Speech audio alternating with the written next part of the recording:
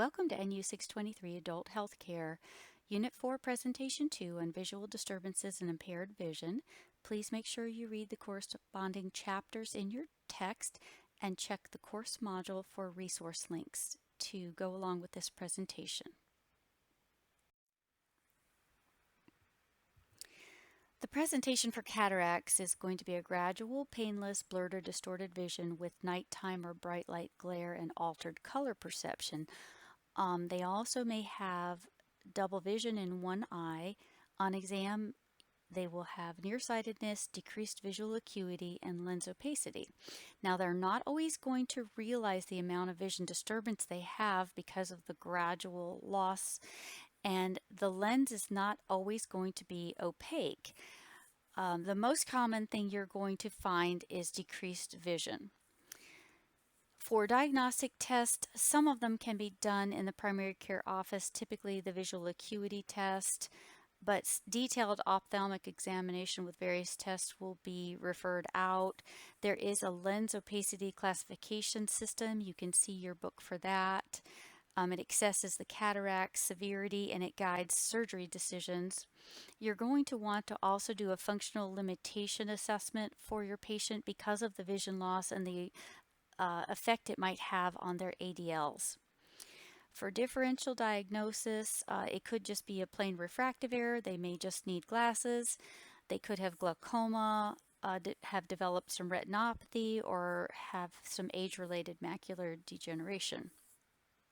In management, as primary care, you're going to do your best to control any comorbid conditions that can impact vision, such as diabetes or hypertension, ischemic heart disease, and certain pulmonary disorders, and anticoagulants. Usually the cataracts get bad enough to the point where the patient is going to require surgery. Please see education on page 280 of your book. And then for follow-up and referral, if there's any sudden loss of vision, you're going to want to get them into the emergency room. For ophthalmology, for cataracts, early referral and monitoring is the best. And after surgery, they're typically going to follow up within 2 days of post-op and again in 4 weeks, but that's typically managed by ophthalmology. And ophthalmology can also evaluate them for the need for corrective lenses. Glaucoma is a group of diseases that causes damage to the optic nerve, usually by increased intraocular pressure, and it can result in nerve atrophy and blindness. The presentation is going to vary with the classification, but it's usually an asymptomatic process until well advanced and there's optic nerve damage. You're usually going to see the chronic open angle most commonly. It is a gradual, painless, bilateral peripheral vision loss with decreased night vision. The patient may also complain of halos. They're going to also say that they've had to have frequent eyeglass prescription changes. In chronic angle closure, it's a gradual onset as well, but they're going to have some vague discomfort and some intermittent blurring. On exam, it is likely going to be unremarkable, or you may be able to feel some hardness to the eyeball.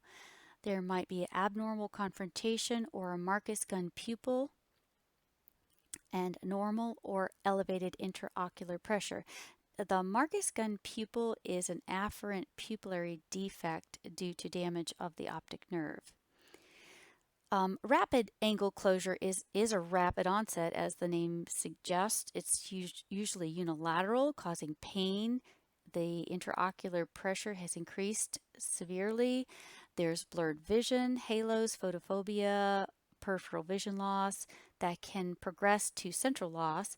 The patient may also have a headache, nausea, vomiting, red eye, a steamy appearance to the cornea, pupillary defects, pale optic disc with excavated cupping and a shallow anterior chamber, and the cup to disc ratio will be increased. A normal cup to disc ratio should be less than 0.5. You might also see visual field defects with this. Diagnostic testing needs to be done by ophthalmology. You can't really diagnose this in primary care based on the number of specialized tests that are required that can show the degenerative changes in the optic disc and peripheral vision field defects. Keep in mind that certain medications will increase intraocular pressure, including steroids, amphetamines, and chlorpromazine.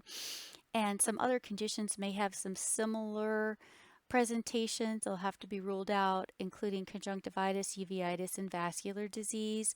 For management, the biggest goal to management is trying to prevent further damage to the optic nerve, so you have to lower that intraocular pressure. First-line treatment is optic medications, including beta blockers and prostaglandin analogs. Patients may have to resort to laser or surgery treatments. In acute attacks, acetazolamide, mannitol, and pilocarpine plus bed rest are used. Please see patient education on page 284 so you know how to counsel your patients. Follow-up and referral includes ophthalmology early referral. Make sure you get them in right away as soon as you suspect this so that they can be monitored. They usually are going to have to follow up with ophthalmology every 3 to 4 months, and they're usually the ones who are going to prescribe the treatment plan for the eye drops. Diabetic retinopathy's clinical presentation is asymptomatic and early disease, and you're going to see vision changes with the progression of the disease. Now understand that this can also occur in hypertensive patients as well. AV nicking is when your arteries indent and they displace the veins, and you might see this in mild retinopathy. Cotton wool spots, microinfarcts, and flame hemorrhages are going to be seen in moderate retinopathy. These are things that you would be seeing in a fundoscopic exam as far as presentation. Diagnostic tests, they require a detailed ophthalmic examination, and they could have to have a fluorescent angiography.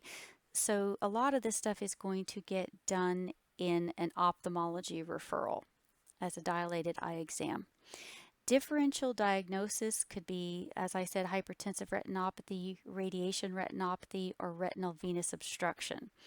For management, prevention is absolutely the key. You need to have controlled blood sugars and blood pressure for your patients. Lisinopril has actually been shown to slow the progression of this disorder as well.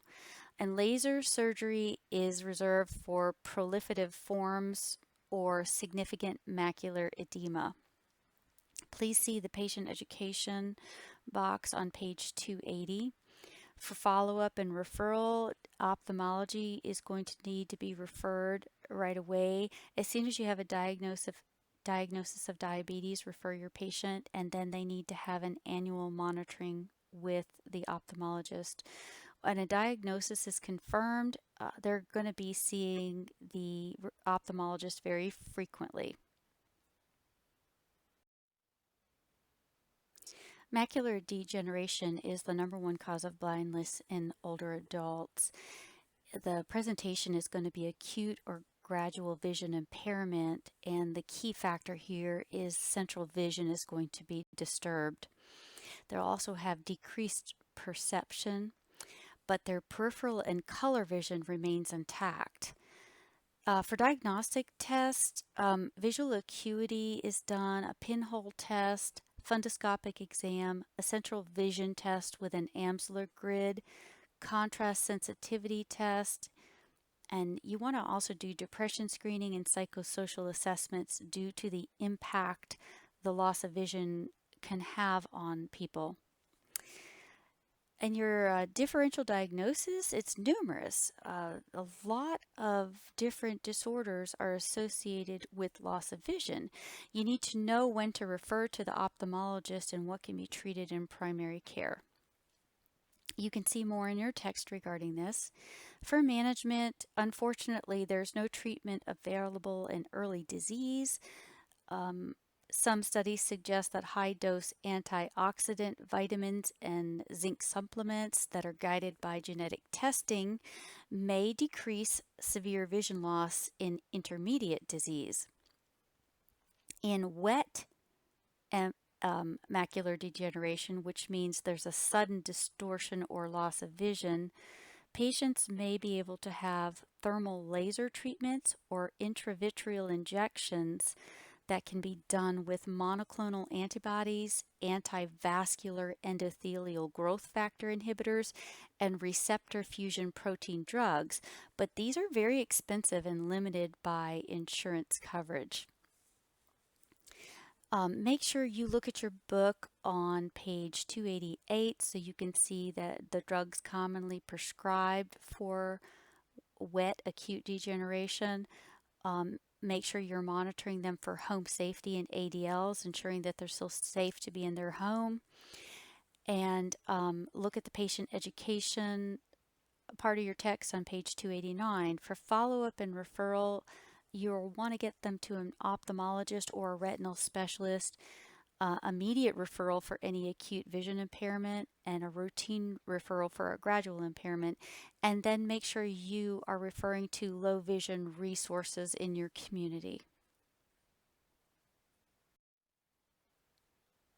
Ensure that you read the corresponding chapters in your text for these eye disorders and check out any links in your course module for resources.